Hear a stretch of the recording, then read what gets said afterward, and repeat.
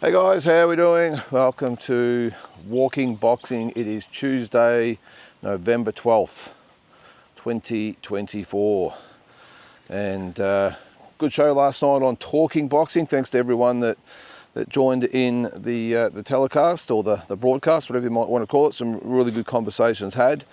And always great fun catching up with everyone on a Monday night for a couple of hours. Just actually on the show is this Thursday we'll be launching another show. Now it's going to be called Fight Week. Pretty self-explanatory. So what I've decided is that we were going to do the boxing deep dive show, but it's been pretty hard sort of getting people together, getting time to do it. A lot of content sort of being created at the moment. We've all got lives outside of it as well. So I'm not really going to go with a deep dive show at the moment because, of course, I talk about boxing every day here. So it's really hard to go over old ground. So we're going to do Fight Week. So we're just going to do it whenever there's a big fight or a big event or whatever coming up. And we'll preview it and give a whole rundown of the whole show. So that's this Thursday from 7 p.m. live on the YouTube channel, the Deep Dive YouTube channel. And of course this week it's Mike Tyson, Jake Paul. Not the ideal show to probably fight to launch it with, but some real interest on the undercard with Dana Coolwell fighting Bruce Carrington, and also the girls, Katie Taylor and Amanda Serrano. We'll also preview the Paulo Acuso, Clay Waterman, and what's the other one? Chris Terziewski and Tyson Pedro fight as well. That's on stand. So we'll preview both those shows, have a bit of a chat about that. If a couple other things come up, we'll chat about that as well. But there's a couple of big fights still to go in 2024.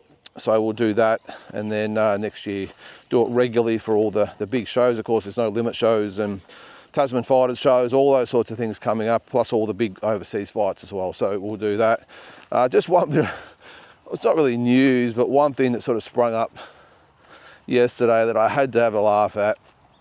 Our old mate Deontay Wilder. Now, if you've sort of watched his channel before, I've never really had a lot of time for Deontay. I think he's done extremely well. He had 10 title defenses of that WBC belt.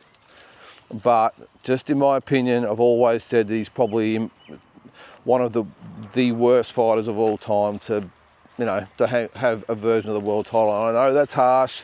There's been some shockers out there in the age of all the belts, but he's extremely well matched, let's say. So hey, good on him. He had 10 more defenses than what I had, so good on him. But I've always just thought that, yeah, very, very well matched, and he's got the one weapon, the big right hand. So I've never really rated him too highly, Deontay. And I must admit, my opinion of him's dropped a lot in recent years when he seems to have, a dozen excuses for every loss that he has. But he's taken it to a new level.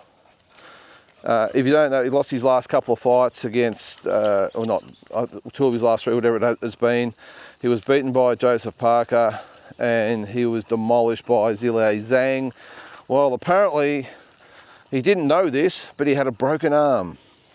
He had a broken arm. I never thought we'd add that to the list of excuses that he's had over the years, that he had not only a broken arm, but he didn't know he had a broken arm. Now, for all you out there that have had broken bones, I think you'd know if you had a broken arm. So Deontay, look, you're not doing your, if you want to call it legacy, any justice here, I wouldn't have thought.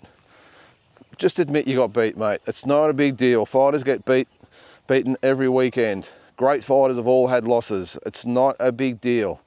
You'll always be respected for winning the title and defending it 10 times, even though, come here, Neil. Oh. Even though in those really big fights you had, you came unstuck. It's all good. Just admit that you lost. It wasn't your night. And I think you'll get a lot more respect, especially long term, than saying that you had a broken arm. Because I never lost a fight ever. Just ask me. Of course you lose fights. It just happens. But anyway, so best of luck to Deontay in retirement. Well, actually, I'll take that back because he's not retiring apparently. He is coming back and he's called out Francis Ngannou. So he's fought the other two, Fury and Joshua, so why not fight Deontay Wilder as well? Yeah, I don't know. Look, he's quickly became an irrelevant fighter, old Deontay, but good on him. If the money's there, then best of luck to him. So more to come on that one. All right, on to today's episode with my little boxing journey. And a couple of frustrating years coming up for me, 94, 95. The last episode you would have heard or saw that I went to the Oceania Games, won my first international tournament, won a gold medal there, went to the World Championships in Tampere, Finland, and lost to a Russian in my first sort of big international tournament.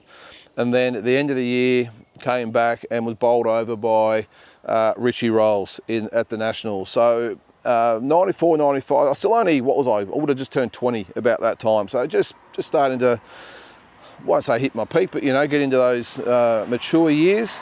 And 94, I didn't fight at all. And the reason why was because my parents moved to Queensland, and all of a sudden I was an adult in the big world. I lived at home, so all of a sudden I had to get with it, and life got in the way. I had to find a job, I had to get a house, I had to adjust to having a job and having a house and learning all the things that you do when you've got your own home, and just renting, by the way. But it was a tough year, and just never really got any momentum going with the boxing. And to be honest with you, I was probably, because I was caught up in all that, and I was working a lot of hours. I was a security guard, one of those guards that drive around and check sites, not a crowd controller, but just an actual security guard, a mobile security guard. And yeah, worked a lot of nights as well. I did all the night shifts, so it was pretty tough, and I just never got going for the year, and I probably dropped away. And being 20, I turned 21 that year. Around that time, of course, got into a little bit of the going out with the mates and all that sort of stuff, and it was a disappointing year. Just one of those transition years, I suppose, and so I didn't fight. But I remember that year, Robbie Peden, I was sitting at work actually, and I had a stop there, and I was watching Robbie Peden fight for the gold medal at the 1994 Commonwealth Games in Vancouver, I think they were, and he won the gold medal. And I remember thinking, wow, I need to get myself back. I need to get myself back into this sport. I missed it. I didn't realise I missed it until I saw him win the gold. I was so happy for him. If you know Bomber, he's such a great guy and such a great fighter. And so he won the gold medal, and I remember it just gave me a little bit of a spark to get into it. So that was, I think, more towards the end of 94. So the end of 94, just to uproot myself even more, decided to go up to Queensland. So I needed a break, I needed to get a wall, I thought I did anyway. So I moved to Queensland, and I wasn't really sure what I was going to do up there, to be honest. I knew I was going to get back into boxing, but wasn't quite sure what shape it would take. And I was actually doing a little bit of work up there, again, static security work. This time they put me at the taxi rank on Cavill Avenue. And if you've been up there to Cavill Avenue, and I wasn't supposed to be a crowd controller, by the way, I was a static guard, and they needed some fill-in, so they put me at this the taxi rank. And if you've been to Queensland or surfers at Cavill Avenue, you know it's not the most fun place to be if you're not out on the source. And I'm standing there, and down the road I see this group of people walking down, boisterous mob, looked like they were having fun, pretty tight-knit group, and I recognised the guy at the front, and it was Julian Holland, and the Fighting Farrier. I'm sure you all know Julian, and he was actually, strange enough, from my hometown, Bendigo, Victoria. We'd never met, certainly never sparred or anything like that, but similar age, similar weight, but for some reason we'd never crossed paths. I don't know how. And I think he was born in Bendigo but moved to Queensland at a young age. So he walked down with I think he had his brother with him and a few of his mates and their girlfriends and all that sort of stuff. And we locked eyes, and it's like, I know you, and he's looking at me like, I know you too. And we had a bit of a chat, shook hands, of course, and he said, why don't you come down to the gym? He was training at Nerang on the Gold Coast there. So I went down to I think it was the Pellerman's Hotel. Underneath the pub, there was a gym. Like, it was really stuffy, claustrophobic in there, really low ceilings. It was just looked like a storeroom underneath, but had everything we needed, a ring and bags and all that sort of stuff. And I got to know Jules really, really well. we had some torrid affairs in the ring, I can tell you. We had some really good fights. And this is in 95 now, by the way. I went there at the end of 94. This is into 95 now. Yeah, got to be really good mates with Jules. We trained a fair bit, sparred a lot. He took me to some other places to spar. I remember going to going to Brisbane from the Gold Coast. I lived in around Broadbeach, I think it was. And he took me up there. I remember sparring Ernie Artango, Ian McLeod, all in Brisbane. And I remember at the gym that we were at in the Rang in Queensland, or on the Gold Coast, I remember sparring with Jeff Malcolm. What an experience that was. A KGL bugger he was. And I had some great rounds with him. And, I remember Jamie Meyer. So just some really good characters and good fighters around that time. So I had a really good time. I learned a lot. Being around probably a little similar to what it was like in Canada. So being a gym where you're around elite fighters and driven fighters, it really sort of got me back amongst it.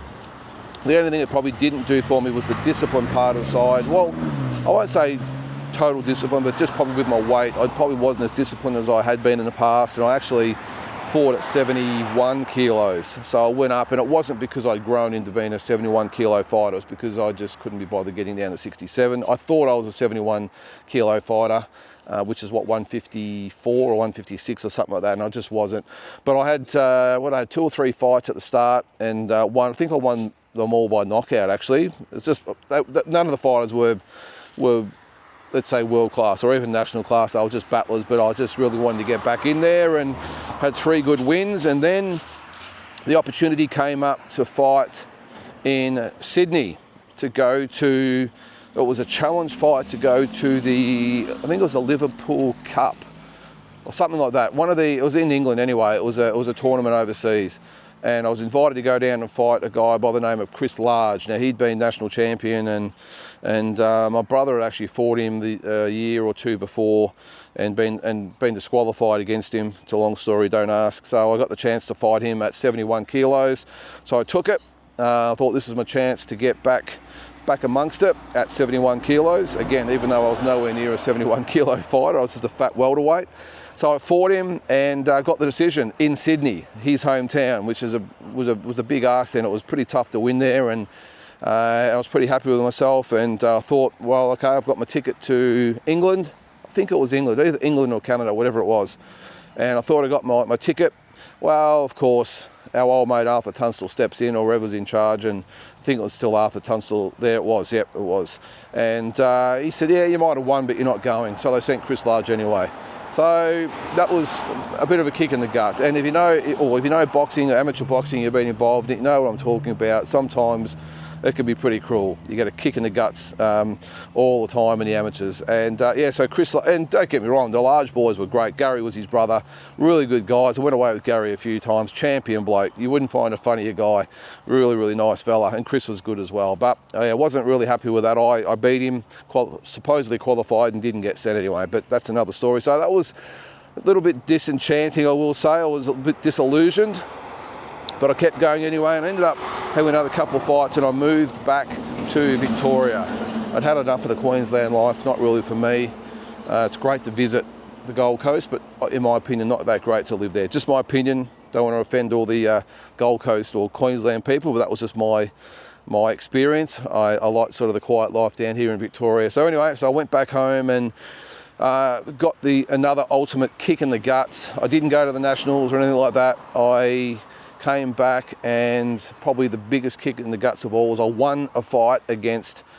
supposedly won a fight against Sean Connell, who was another good guy. He'd won the Australian title, represented Australia at the Commonwealth Games in '94. Good fighter, but I thought, and it's not very often I'll say this, but I won that fight. And I actually did. I'll get to that in a sec. But all the fights I've lost over the years, I might have went, oh, okay, but you accept it, yeah, okay, could have went either way, or I did get beat conclusively, whatever. But in that fight, I won that fight. I dominated the fight to the point where I was pretty much cruising in the last round. And the judges thought likewise. I got the decision, the hand got raised, it was all good. I was back on track, I was going to Nationals, and I got out of the shower, I was getting changed. They come out and they said, sorry, Lyndon, I think they've made a mistake, they've overturned the decision. Well, I didn't say a word. I just grabbed my stuff, I took a deep breath, and I just walked out, and I thought, am I ever going to come back? I thought, I won't sort of go into what I was thinking anyway, but I didn't say it. I always thought it's best not to fly off the handle in those situations. Just regroup, go away, compose yourself, and work out the best way to deal with it. And again, this is nothing on Sean. I mean, he technically won the fight, so he went to nationals. But yeah, it was a big kick in the guts. I remember driving home. We stopped halfway home. It was about an hour and a half to 2 hours from Melbourne, so we stopped halfway for something to eat. And I remember just standing in the car park with my hands in my pocket, thinking, what am I doing? Where am I going? I can't even win the state title anymore. And so am I actually going to make it? But no disgrace losing to Sean, by the way. But that's the one fight I'll always say I won that fight and was ripped off badly. But anyway, that's life. I'm not the first, and I won't be the last. So yeah, that was it for 95. But what it did do, I went home, and it really made me get to the crossroads. And I sat down with my trainer Pat, and it was, all right, where do we go from here? And he was honest with me. He said, Lyndon, you're not a light middleweight, mate. What are you doing? What are you doing fighting at 71? And I said, look, I don't think I can make welterweight. It's as simple as that. And his brother Gary, who was around at the time, who was into all the health and nutrition and all that sort of stuff, conditioning, training, all that sort of stuff, he said, look, I can get you to welterweight. Hang on, just going over a path here. Where are you taking me, Neil? So they said, look, if you're going to be serious about this, well, first of all, it was, what do you want to do? And I said, I think I can still do it. And they said, well, we think you can still do it too, but it has to be at welterweight. You can't go at 71, you're too small. So we made the decision that I would give it my best shot to go down to 67 kilos and try and qualify for the Olympics the next year. I had the experience behind me that because you've got to have a certain level of experience to be chosen. You just can't roll up, and even if you win the trials, they'll send you. So I had that behind me, so that was an advantage, having gone to the Worlds and the Oceanas and that sort of stuff. So yeah, so the decision was made. I was going to go back to 67 kilos. I was very fortunate that Gary, Pat's brother, devised me a training program as far as the cardio stuff, the weights, the diet. And at the end of 95, it was like, okay, we're going to get serious about this. I started pretty much training straight away, kept going over the Christmas period, and really got into it. And that sort of set me up for what was going to be 1996, the Olympic year. So I'm going to cover that in the next episode. So by the end of 95, I've got to the crossroads. I've decided to keep going. I'm going to get off my fat ass and get down to 67 kilos and not fight at 71. And I'm going to have a crack at the Olympic Games. So that's in the next episode, and it turned out to be a very, very eventful year. So tune in the next episode, guys. Thanks again for watching. Really appreciate it. Again, if you've got comments or questions, just put them in the chat there, whatever it is, and I'll answer them as best I can. So I hope you're enjoying my little series, and we'll catch you tomorrow.